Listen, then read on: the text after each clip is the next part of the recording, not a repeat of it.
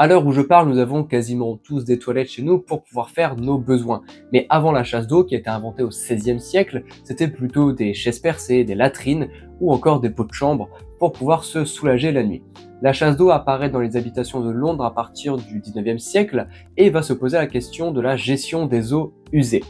Jusqu'à l'été 1858 où une forte chaleur apparaît et provoque ce qu'on appelle la grande puanteur.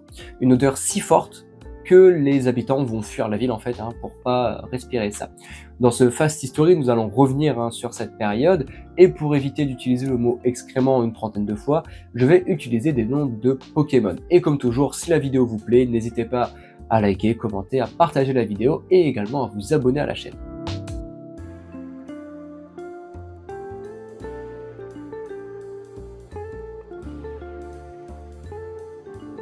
Comme je disais en introduction, les toilettes apparaissent à Londres au début du 19e siècle. On va donc se poser la question des eaux usées puisque la chasse d'eau consomme beaucoup, mais genre vraiment beaucoup d'eau.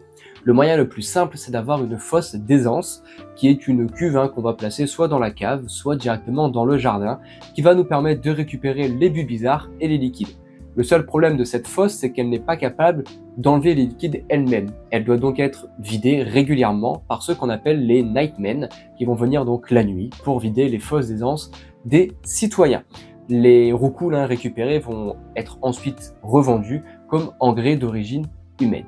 Et il est arrivé que ces nightmen meurent pendant leur travail puisque en fait tous ces psychoquacks ensemble génèrent du sulfure d'hydrogène, un gaz toxique par décomposition et fermentation.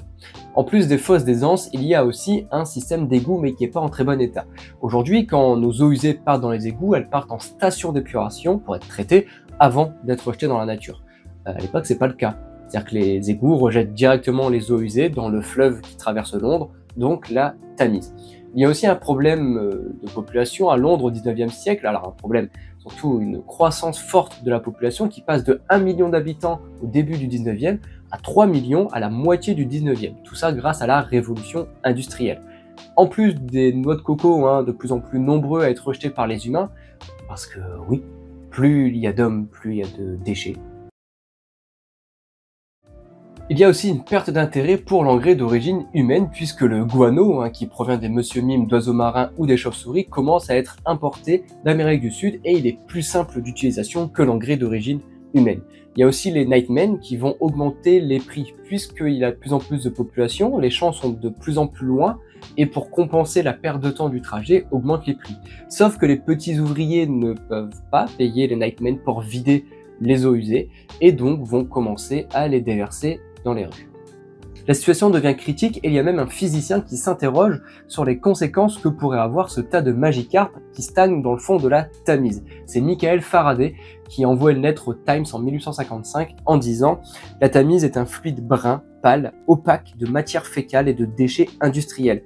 Si nous négligeons ce sujet avant longtemps, une saison chaude nous donnera la triste preuve de la folie de notre insouciance. »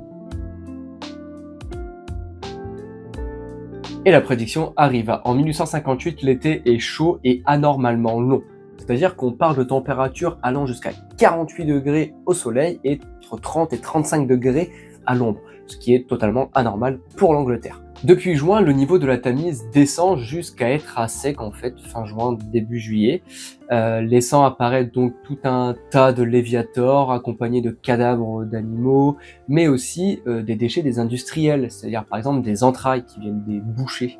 Et avec la chaleur, tout ça commence à fermenter, dégageant une odeur pestilentielle. C'est-à-dire que l'odeur est si forte que les habitants qui possèdent une maison secondaire à la campagne vont partir pour éviter de respirer l'odeur de Londres. Il va y avoir des tentatives évidemment pour réduire cette odeur, notamment en déversant nombre de produits chimiques dans le lit de la Tamise, mais ce sera inefficace comparé à l'arrivée quotidienne de Mewtwo. Les rideaux du Parlement anglais sont aussi imbibés de chlorure de sodium pour tenter de masquer l'odeur, et ce sera inefficace, donc les ministres vont même partir en fait dans d'autres lieux pour éviter de respirer l'odeur pestilentielle. La seule chose qui sera capable de stopper cette grande puanteur, c'est la pluie qui va arriver mi-juillet. Elle va redonner à la Tamise son niveau normal et aussi va diluer les boues, permettant de stopper l'odeur. Alors que faut-il retenir de cet épisode? Premièrement, ne vous baignez jamais dans un fleuve. mais jamais. Mais surtout que le gouvernement n'avait pas mesuré jusqu'alors l'importance du traitement des eaux usées et des conséquences que cela pourrait avoir sur l'hygiène publique. La Grande Puanteur déclenche une période qui s'appelle la Révolution sanitaire, qui commence avec la refonte des égouts de Londres.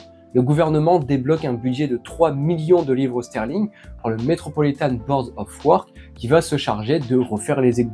En 7 ans, c'est plus de 20 000 km d'égouts qui permettent d'acheminer les eaux usées vers 2 quartiers de Londres, Crossman et Barking, et qui va quand même déverser les eaux usées sans traitement dans la Tamise, mais seulement quand le courant est favorable.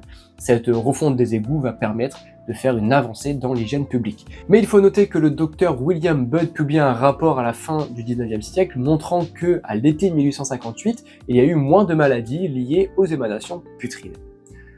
Voilà, je ne sais pas quelle conclusion il faut en tirer, mais je vous laisse avec ça. Voilà, si cette vidéo vous a plu, n'hésitez pas à le dire dans les commentaires, à mettre un like et à partager la vidéo. C'était une vidéo assez courte aujourd'hui parce qu'il y a d'autres vidéos d'un format un petit peu plus long qui vont arriver vers Halloween, à peu près quelque chose par là. Donc pour ne rien louper, n'hésitez pas à vous abonner et à activer la cloche. Et sinon, n'oubliez pas que comprendre le passé, c'est éclairer notre avenir. Salut!